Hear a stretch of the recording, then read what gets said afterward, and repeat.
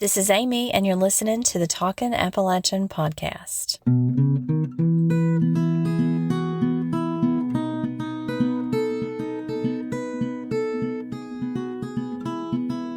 Hello, everybody. I hope you're having a great week, and I know kids are going back to school, so big transitions happening in August. August 11th was the end of Dog Days, so if you heard my podcast about Dog Days, you know what that's all about and why people are probably relieved. But now, if you believe Appalachian weather lore, now is the time to count the number of fogs you see in the morning, because the number of fogs in August foretells the number of snows in the winter. That's according to the Farmer's Almanac, and all of the people I grew up hearing say that. So I don't know if you've been counting. I think I lost count already, but I've counted at least 3. So I really like snow in the winter, so I'm hoping that proves to be true. We just got back from vacation in the Low Country, so that was fun. We went to South Carolina, Beaufort and Charleston. I really like to visit historic places when I go somewhere. I'm not somebody who's good at sitting still on vacation. And so we walked a lot along the streets and saw, that 19th century homes, the big, beautiful homes, and we learned about Gullah-Geechee culture. And, I'm listening to the language and to words and picking up a lot of things there. And we visited the ruins of the old Sheldon Church, which was built in the 1700s and burned and rebuilt again. And there are graves around there. And that was just a really beautiful place because it's surrounded by live oaks, and the Spanish moss is hanging from the branches of the live oaks. And you see that everywhere. And it's gorgeous.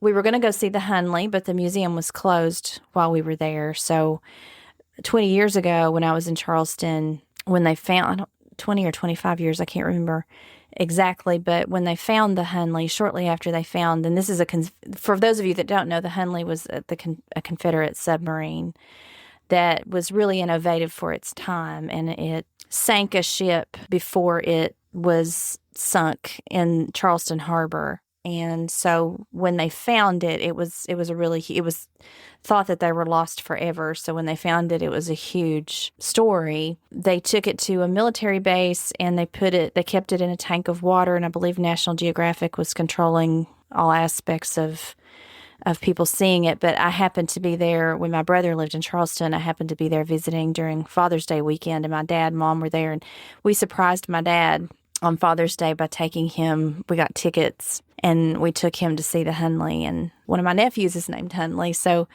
I wanted my kids to see it, but we'll have to save that for a trip back. And then we went to Charleston for a couple of nights. And one thing to know about me is I love going on ghost walks. So whenever we go to historic places, that's the first thing that I look for. I've done them locally. I've done them in Abingdon.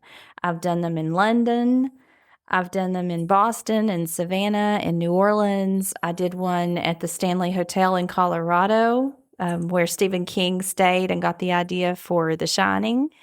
So wherever I go, I just love a good ghost walk because you learn about history, but it's infused with legend and lore, and maybe some of that's a little bit on the dark side. And then it's fun to walk in the dark with a storyteller and see the sights after the sun's gone down and things are cool. But the power of suggestion is really strong too. And it's not that I buy into everything that the ghost walk people are telling me, but it's fun just to hear the stories that they tell. And I think the Appalachian person in me looks for those because, we are steeped in superstition in these mountains and lore and storytelling. So it's a way to find a deeper connection to a place. It's a fun way to see a city that's got layers and layers and layers of history. And it's, you've got cobblestone streets and those flickering gas lamps and Haint blue porch ceilings.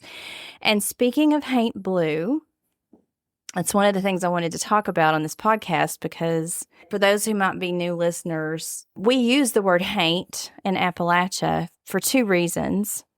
And I'll spell it for you so you know what I'm talking about. Haint, Haint, is the phonetic spelling of Haint. But we use haint for ghost. The older folks would say haint for ghost. And then we use haint as a variation of have not or ain't. It's like ain't with an H on it. But haint blue comes from the Gullah-Geechee culture of the coastal South. And people in the South will paint their porch ceilings the color haint blue, and it's an actual color. Paint companies sell the color haint blue. The lore is that because blue is the color of sky and blue is the color of water, the spirits will stay outside because they won't cross sky or water, or they'll think it's the sky and they'll stay there. Some people also think that haint blue can deter insects. So that's another reason why, I guess maybe because the insects think it's, it's the sky and they won't try to come in the house. And also another ritual or custom or piece of lore that was brought to the coastal South from Africa is the bottle tree, which you see these in the South and in Appalachia as well. I have two, one in the backyard and one in the front yard. But I never knew that they had their roots in Africa. Our beach house had a bottle tree in the yard, and it had these cobalt blue bottles. And again, with the color blue, the folklore with it is that demonic spirits or evil spirits will be trapped in the bottles and they won't come into your house. And I guess the color blue is the same. They'll think it's water or they'll think it's sky, and they'll be drawn to it and they'll be trapped. And I doubt that a whole lot of people know that history. I think people are just fascinated with upcycling bottles that way, and you can put lights on them and they're pretty in your yard, especially when the sun hits them.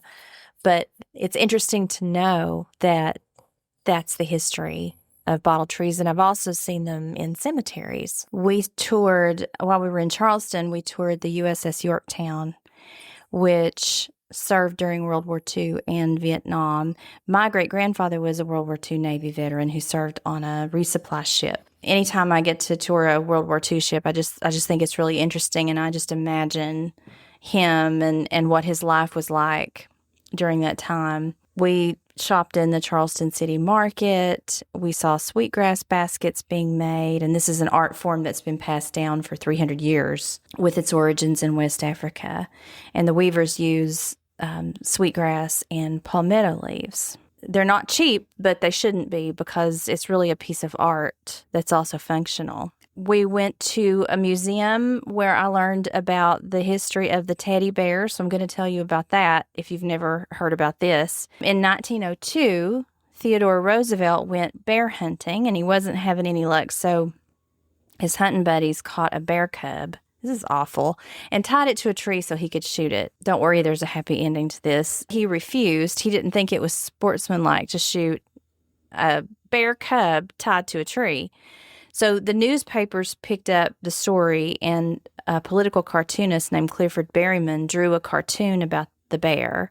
And two New York candy shop owners saw an opportunity to market stuffed bears, and with the Roosevelt's permission, called them Teddy's Bears, which then became Teddy Bear. Isn't that a neat story? So I never knew that. Another thing about me, beside ghost walks, you've heard me say this before, I like a good cemetery, and oh my word, Magnolia Cemetery in Charleston is one of the more beautiful cemeteries I think I've ever seen.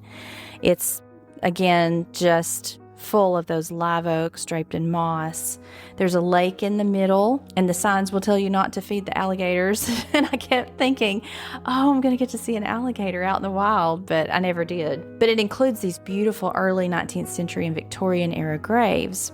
But I found the most unique and sad grave I've ever seen, and it belonged to Rosalie Raymond White, who died in 1882, and she was only 7 months old.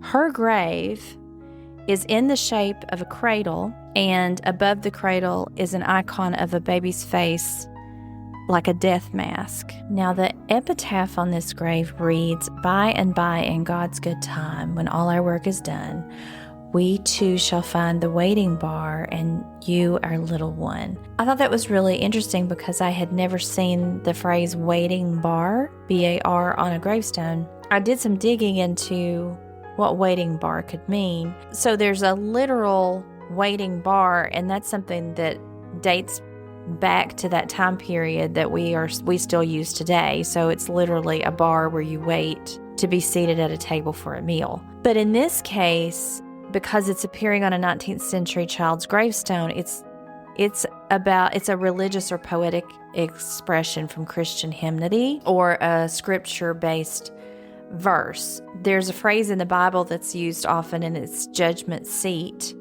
And in this case, waiting bar could imply a judgment bar or the figurative bar before which one stands at the final judgment. It's just been poeticized from a hymn or a verse. Some examples from hymns of that period and epitaphs from that period are, "Till he shall come to the judgment bar, waiting at the bar till Jesus calls, we'll meet at the judgment bar." I don't know, you know me and words and gravestones. I just like to think about why a family would be using that. But for whatever the epitaph reads, it's such a sad, sad little grave. But it's such a loving tribute to their baby. And it's probably the most unusual grave that I've ever seen. Friends, I'm so grateful to those of you who've already subscribed on Patreon or on the Talkin' Appalachian Facebook page to support the podcast. If you haven't, I would love it if you'd go take a look at the bonus content over at Patreon. I have bonus interviews with Pulitzer-winning author Barbara Kingsolver, Southern social media sensation Landon Bryant, and the Glass Castle's Jeanette Walls. And these are extra interviews that you won't hear on the regular podcast. I've also got documentary essays there on an 18th century cemetery, the ghosts of Mountain Lake Lodge in Virginia, and my reflections on interviewing an Appalachian Holocaust survivor. If you don't want to commit to a subscription, any of these can be accessed with a modest one-time donation. That supports my hours of research and editing because I'm a staff of one, but I love it and I love bringing this content to you. So if you've been thinking about joining me there, now's a great time to follow the link in the show notes or over on social media. The final thing I'm going to talk about, this is kind of a potpourri podcast. I've mixed a whole bunch of stuff in together, is something that I posted about on social, and that is the r-deletion in words like throw, through, and throat. So in Appalachia, particularly Midland and Southern, you might hear somebody say, "I threw it out," instead of "I threw it out," or "That's the call of a turkey to throw its head up," or "I got a sore throat," instead of sore throat. And that tendency to drop the R dates back to the Appalachian Scots-Irish ancestors in Ulster. It's still used in present-day Ulster and throughout the American South. And that is based on research done by Dr. Michael Montgomery for his book, From Ulster to America, where he indexes a little over 400 words that he found doing his research in Ulster. There's a phonetic variation for you, Appalachian dialect pattern, r-deletion. Be interesting to know how many people are still using that. I think anytime I talk rapidly, I'm out and I'm just talking fast, that probably happens to me. Throw the ball or I threw it. I'm really excited about some episodes coming up this season. I'll have some guests that you'll definitely want to hear from and some interesting topics. So I hope that wherever you get your podcasts, be sure and subscribe so that it will automatically feed you the newest episode. You'll also get them early if you subscribe on Patreon. I want to give a shout out to my most recent subscribers, paid subscribers on Patreon, Carol and Elle. Thank you so much for your support. She's one of the kindred spirits. Nicole W. at Country Roads. Thank you so much, Nicole. And Elizabeth S. at Kindred Spirits. Thank you, Elizabeth. All right, so that's it for this episode of Talkin' Appalachian. So remember to count those fogs in August. You can also look at woolly worm colors. You can look at the bark on the trees.